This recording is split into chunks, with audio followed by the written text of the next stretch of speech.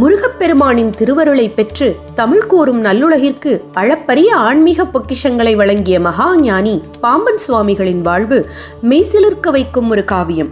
ராமேஸ்வரத்திற்கு அருகில் உள்ள பாம்பன் என்னும் புண்ணிய பூமியில் பிறந்த இவரை உலகம் பாம்பன் சுவாமிகள் என்று போற்றுகிறது.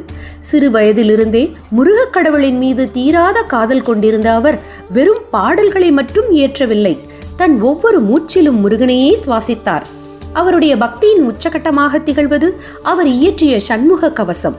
தன் உயிருக்கு நேரும் துயரத்தையும் உடலுக்கு நேரும் வழிகளையும் முருகனின் வேல் காக்கும் என்ற அசையாத நம்பிக்கை அவருக்கு இருந்தது.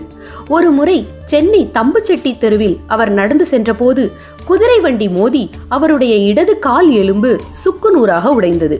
அந்த காலத்தில் இது போன்ற காயங்களை சரி செய்வது என்பது இயலாத காரியம் என்று மருத்துவர்கள் கைவிட்டனர். ஆனால் சுவாமிகள் சற்றும் கலங்கவில்லை. என் சண்முகன் இருக்கிறான், அவன் வேல் என்னை காக்கும் என்று கூறி மருத்துவமனையில் படுத்துக்கொண்டே சண்முக கவசத்தை பாராயணம் செய்தார். அன்று இரவு உலகமே வியக்கும் ஒரு அதிசயம் நிகழ்ந்தது. சுவாமிகள் தங்கியிருந்த மருத்துவமனை அறைக்குள் இரு சிறுவர்கள் நுழைவதையும் அவர்கள் முருகப்பெருமானின் தூதர்களாக வந்திருப்பதையும் அவர் உணர்ந்தார்.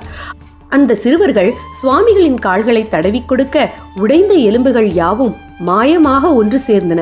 மறுநாள் காலை மருத்துவர்கள் வந்து பார்த்தபோது நடக்கவே முடியாது என்று அவர்கள் கணித்த சுவாமிகள் பூரண குணமடைந்து எழுந்து நிற்பதைக் கண்டு திகைத்து போனார்கள். சுவாமிகளின் மன உறுதியை காட்ட மற்றொரு சான்றாக அவரது கடும் தவம் அமைகிறது.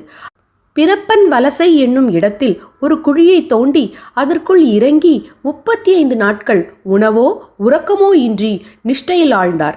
அந்த தவத்தின் முடிவில் முருகப்பெருமான் அவருக்கு காட்சி தந்து அருளியதாக கருதப்படுகிறது. அது மட்டுமின்றி மக்கள் துயரப்படும் போதெல்லாம் அவர் துணை நின்றார். ஒருமுறை சத்திரத்தில் தங்கியிருந்த போது வறண்டு கிடந்த கிணற்றில் தண்ணீர் வற்றி கிடப்பதைக் கண்டு முருகனை வேண்டி பதிகம் பாடினார். என்ன ஆச்சரியம்! அந்த வறண்ட கிணற்றில் மெல்ல மெல்ல தண்ணீர் ஊற்றெடுத்து மளமளவென்று நிறையத் தொடங்கியது. சுவாமிகள் எப்பொழுதும் தன்னை ஒரு சாதாரண மனிதனாகவே கருதி வாழ்ந்தார். தனது இறுதி நாட்களையும் முன்கூட்டியே அறிந்திருந்த அவர் 1929ஆம் ஆண்டு தான் மகாசமாதி அடையப் போகும் நேரத்தை துல்லியமாக கணித்துச் சொன்னார். அவர் மறைவதற்கு முன் சண்முக கவசத்தை பாராயணம் செய்யுங்கள், அதுவே உங்களுக்கு பாதுகாப்பாக இருக்கும் என்று உருக்கமாக கூறிவிட்டு அமைதியாக கண்மூடினார். இன்றும் சென்னையில் உள்ள திருவான்மியூரில் அவரது மகாசமாதி ஆலயம் ஒரு சக்தி வாய்ந்த இடமாக திகழ்கிறது.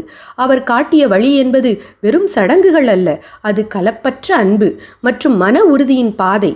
எங்கும் முருகன், எதிலும் முருகன் என்பதே பாம்பன் சுவாமிகள் நமக்காக விட்டு சென்ற